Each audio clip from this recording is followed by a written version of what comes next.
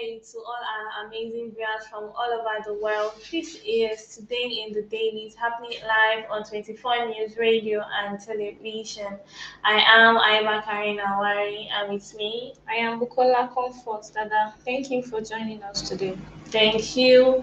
We have the following newspapers with us. I have the Punch and the Vanguard. I have the Daily Trust and the Nigeria Tribune. Yeah, so first the major headlines. Let's pick up our Punch newspaper. On the front cover page, it says Insecurity FG approves 94,000 new enlistments. Another headline here says EFCC arraigns ex-Labour Minister Ngige today. It says Labour Party rules out automatic ticket for Obi.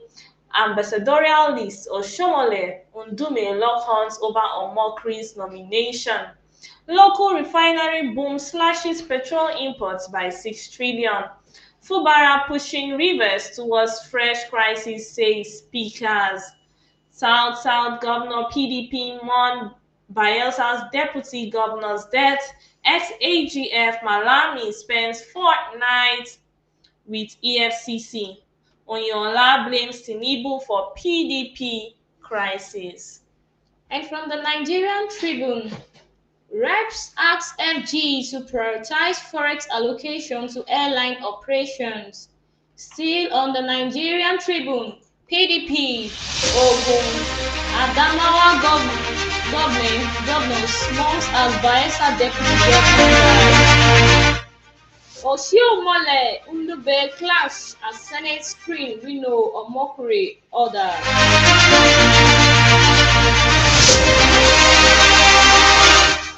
And from the Vanguard newspaper, here says US seizes Nigerian-owned supertanker over alleged crude oil. Dangote unveils 1 trillion naira scholarship scheme for 1.3 million students. Delta deputy governor slumps at 60. Ambassadorial appointment drama as Senate claims final Tinubu hails Uzodinma as too progressive, dependable ally. On the Daily Trust newspaper, how 9 Unijust students die in auto crash. Still on the Daily Trust, Nigerian soldiers still in Burkina Faso after forced landing. PDP confirmed death of Bayelsa deputy governor. Ambassadorial nomination Oshiomhole Ndube clash during Omokri's screening. That'll be all now. The news in details. From the Punch newspaper here says Insecurity FG approves 94,000 new enlistments. The federal government will recruit over 94,000 new personnel into Nigerian security services as part of measures to tackle rising insecurity across the country. Under the plan, the Police Service Commission and the Nigerian Police Force will recruit 50,000 police constables. The recruitment portal is expected to be open to eligible Nigerians from December 15, 2025 to January 25, 2026. In a statement on Thursday by the head of Protocol and Public Affairs, Toti Kalu, the Commission said the recruitment portal would open to eligible Nigerians from December 15, 2025 to January 25, 2026. In security, FD approves 94,000 new enlistments. You can pick up the Punch newspaper for more details. Nigerian Tribune. Reps ask FG to prioritize forex allocation to airline operation. The House of Representatives on Thursday asked the federal government to prioritize the allocation of foreign exchange as concessionary rates for airline operators. Similarly, the lawmakers urged the federal government to reduce all airport charges by 50% to enable airline operators to slash air ticket prices during the festive period. The resolution followed the adoption of a motion of urgent national importance on the exorbitant rise in airline tickets cost and its consequential impact on the security of lives, particularly the cost of air ambulances, sponsored by Honorable Obina Agbocha. Reps asked FG to prioritize forex allocation to airline operation. You can pick up the Nigerian Tribune for more details of the news.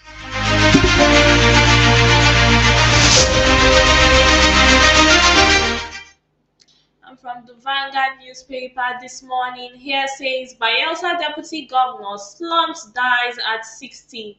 Bayelsa State Deputy Governor Senator Lawrence Ewuro-Jakpo passed on yesterday after collapsing in his office in Yenegua. Ewuro-Jakpo was said to have slumped around 1:30 p.m. while descending a staircase shortly after a meeting. He was immediately taken to the Federal Medical Center (FMC) Yenegua. Hospital sources disclosed that he arrived unconscious and was moved to the emergency unit before being transferred to the intensive care unit (ICU), and efforts to revive him failed. His media aide, Dobara Atasi, confirmed the incident but did not provide further details.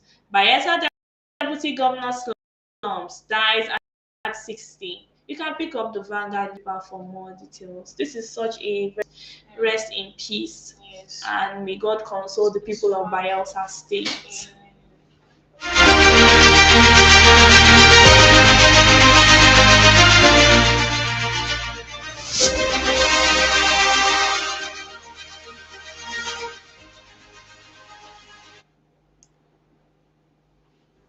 Oshiomhole Ndube clash over Omokiri's ambassadorial screening. This news is coming from the Punch newspaper.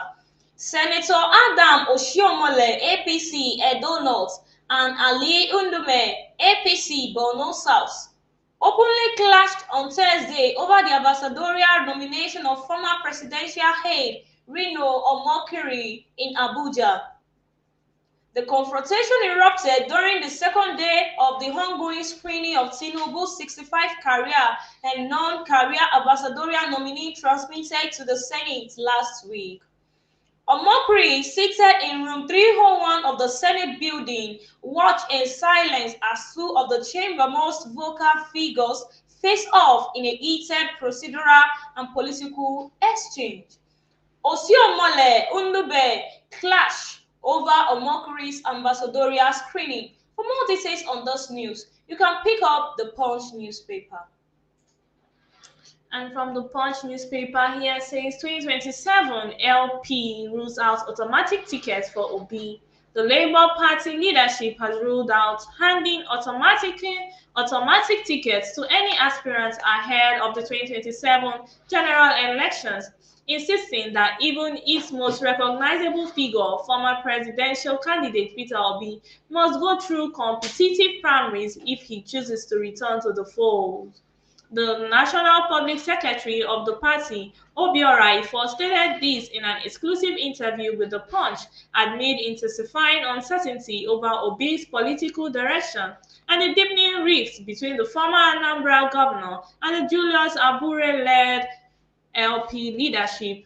Ifor stressed that the party remained open to reconciliation with Obi and other aggrieved stakeholders, but maintained that its internal democratic process will not be compromised.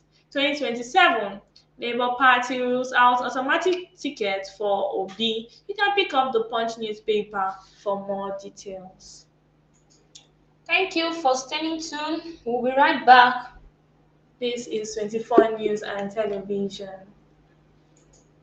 Welcome to 24 News Radio and Television, your trusted companion for real-time updates, expert analysis, and compelling conversations. We bring the world closer to you with clear, credible, and concise information at every moment. With our seasoned reporters and sharp broadcasters, we dig deep to uncover the facts behind the headlines from your neighborhood to the global stage. Stay connected with 24 News Radio and Television for breaking news and current happenings across the globe. 24 News Radio and Television. The world. Welcome back. You are still watching Today in the Dailies from the studios of 24 News Radio and TV. This news is from The Guardian. 8 Unijust students killed in Jos road crash.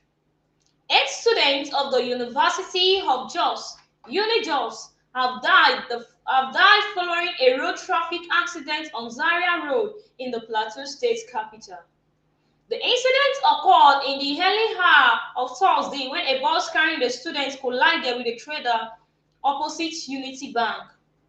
Eyewitnesses said 11 students were on board the bus. 7 were pronounced dead at the scene, while another succumbed to injuries at a hospital, bringing the death toll to 8. 3 other students are receiving treatment for injuries sustained in the crash. All the victims were male. 8 Unijust students killed in Jos road crash. For more details on this news, you can pick up the Guardian newspaper. This is a sad story. Imagine your parents like paying your school fees and expecting you to come back and graduate so they can celebrate, and then they receive such a sad news that you died maybe while coming home for Christmas. That's really sad. That's so sad. May God comfort these families and console them. It just makes me remember the Sosoliso crash because it also happened on the 10th of December, and then how people were still crying of their beloved loved ones that died during the air crash. And I can just imagine how these people too, their parents will be crying over them. It's well with them. Our prayers are with those that are injured. Amen. That the Lord grant them quick recovery. Amen. And from the Punch newspaper here says local refining boom slashes petrol imports by 6 trillion naira. Nigeria's petrol import bill fell sharply for the first 9 months of 2025, dropping by 6.7 trillion naira compared to the same period of 2024, according to an analysis of the National Bureau of Statistics trade data.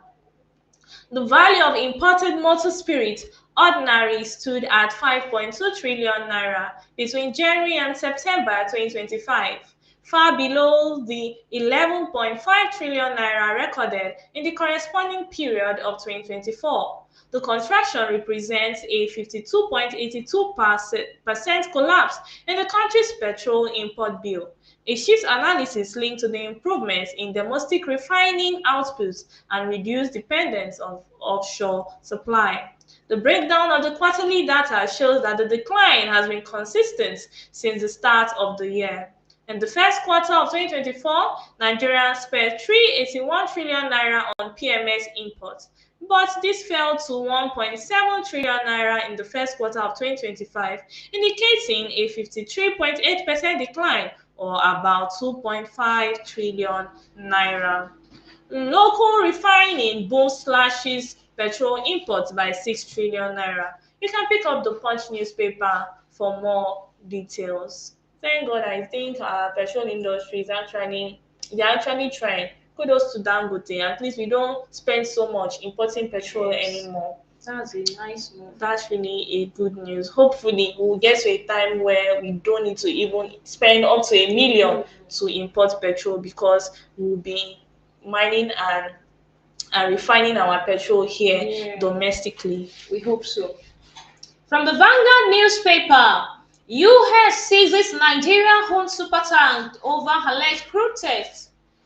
The United States Coast Guard, in collaboration with the U.S. Navy, has intercepted a Nigerian-owned supertank skipper over allegation of crude oil theft, piracy, and other transnational crimes. The vessel, a 20-year-old very large crude carrier, VLCC, with IMO number 9304667, is reportedly owned and managed by Nigerian-based Tomorrow's Global Venture Limited, though its registered owner is listed as Trillion Navigation Corp, headquartered in the Marshall Islands. Authorities said the tanker was illegal, flying the Guinea's flag at the time of its arrest. In a swift rubrica, Guinean Maritime Administration Department, MARAD, confirmed that skipper is not on its national ship registry and was using the country's flag without authorization. U.S. seizes Nigeria-owned supertanks over alleged crude thefts. For more details on this news, you can pay the Vanguard newspaper. this will definitely be one of our politicians' handwork. Imagine flying the Guinea flag and deceiving people that the crude oil tanker, is owned by Guinea. Meanwhile, it's owned by Nigerians, and then you're flying it illegally. That's so funny. From the Punch Sports, this will be our last news from today. For all the sport lovers, I know you are excited to hear about AFCON 2025. Here says AFCON 2025, Okoye dropped for Uzoho as Eric Schelle confirms Osimhen, 26 other Super Eagles from Morocco. The goalkeeping drama is settled. Okoye is brutally cut off from the final 28-man squad, paving way for Uzoho's dramatic return to the Super Eagles AFCON roster. The Nigerian Super Eagles are primed for battle at the 2025 African Cup of Nations in Morocco, with head coach Eric Sekou Schelle unveiling a potent 28-man team headlined by Victor Osimhen, Ademola Lookman, and a host of other proven stars. The three-time champions kick off their Group C campaign in just 10 days, and Schelle's selection blend experience with fresh talents to chase continental glory. AFCON 2025, Okoye dropped for Uzoho as Eric Schelle confirms Osimhen, 26 other Super Eagles for Morocco. You can pick up the Punch Sport for more details. All right, this is all we have for you today. Thank you for joining in today in the dailies. My name is Bukola Comfort Dada, and with me is Iva Karina Wari. Enjoy your weekend and have a great day. Bye.